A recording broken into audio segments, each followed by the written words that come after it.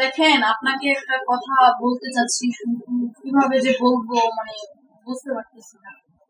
না না, সমস্যা নাই, বলো কি হয়েছে তোমার? হঠাৎ করে এরকম ভাবে কথা বলছো যে? আর তোমার আসলে আমি pregnant। কি মানে বুঝলাম না, কি বললা? হ্যাঁ, আমি প্রেগনেন্ট। তুমি প্রেগনেন্ট?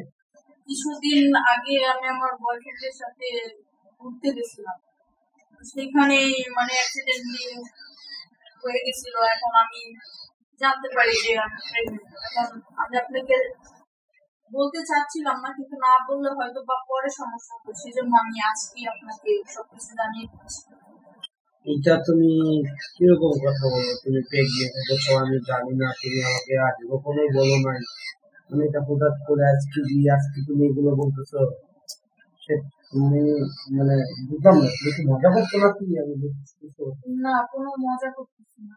আর আমিও নিজেও জানতাম না, আমি আজকেই কনসেপ্ট করছি আর আজকেই জানতে পারছি। এখন আমার মনে হলো যে ঝামেলা যেটা হয়েছে সেটা আগে থেকে বলে দেওয়া ভালো, কারণ পরে এটা নিয়ে আরো বেশি সমস্যা হবে, আর আমি চাচ্ছি না আমি আপনার লাইফটা নষ্ট করি। সেজন্য আপনাকে আমি আগেই বলে দিলাম। এখন আপনি কি করবেন সেটা আপনি জানেন, এখন আমার আর কিছু বলার নেই। এখন আমি আর কি বলবো? আসলে বলার পর আমার ভাষা নাই। এখন আমার কি আর বলার আছে বলো? তুমি এসব এত কিছু করে বলেছো, অথচ আমার বলো নাই তুমি। আর এগুলাটা কেনই বা করো?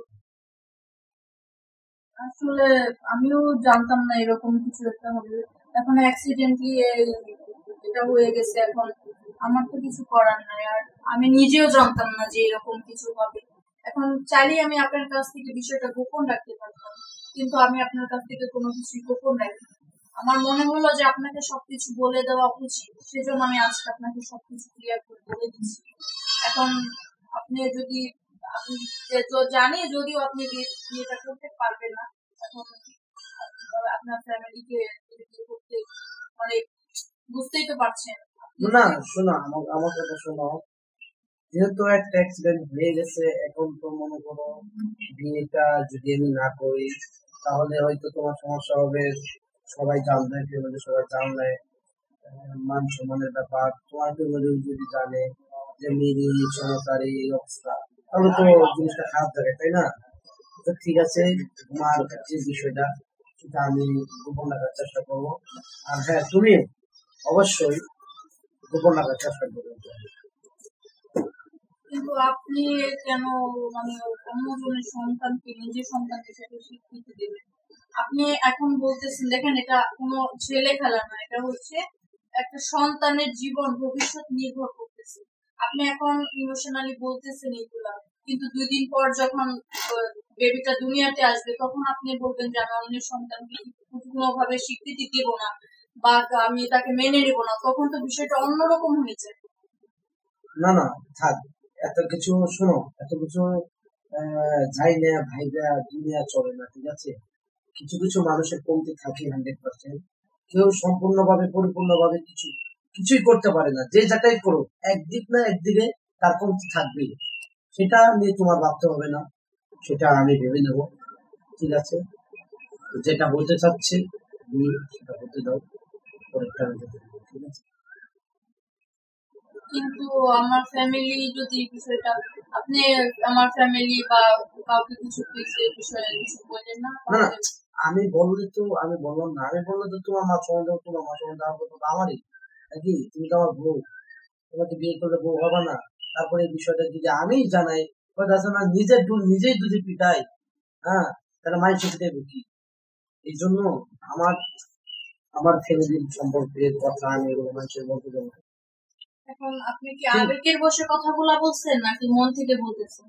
না, আমি মন থেকেই বলতেছি, কিন্তু হ্যাঁ একটা কথা, তুমি যে কাজটা করছো না, সেটার জন্য তুমি কিন্তু বিশাল বড় একটা অপরাধ করছো। সেটা তুমি নিজে ভেবে নাও যে তুমি কতটুকু একটা অপরাধ করছো, যে একজনের সাথে সম্পর্ক করে আরেকজনের সাথে বিয়ে, বা সম্পর্ক তো দূরের কথা, কিন্তু তুমি 3 মাসের প্রেগন্যান্ট, তো সেটা কি মানা সম্ভব কোনো পুরুষের পক্ষে? কখনোই সম্ভব না। কিন্তু কিন্তু হ্যাঁ, আমি আমি তোমার মাইনে নিচ্ছি, এই জন্য নিচ্ছি আজকে বিয়ে। একটা মেয়ের কত সপ্তাহে বিয়ে, তার ছেলের কত সরকারি তার প্রথম দিন, তাই না? সেটার জন্যই তোমার মান সম্মানের দিকে তাকায়া তোমার সবার দিকে তাকায় মাটি চাপাতে দিতে চাই। থাকা তো কিছু আর বলবো না, তুমি কাউকে কিছু বলো না, বাকি আমি দেখে নিচ্ছি। শোনো, এ ব্যাপারে আশা করছি তুমি কাউকে কিছু বলবা না, কারণ প্রবলেমটা তো তোমার। কাউকে কিছু না বললেই বেটার, আর বাকিটা আমি বুঝে নেব, ঠিক আছে? আচ্ছা ঠিক আছে, রাখলাম, তাহলে এখন এখন রাখি।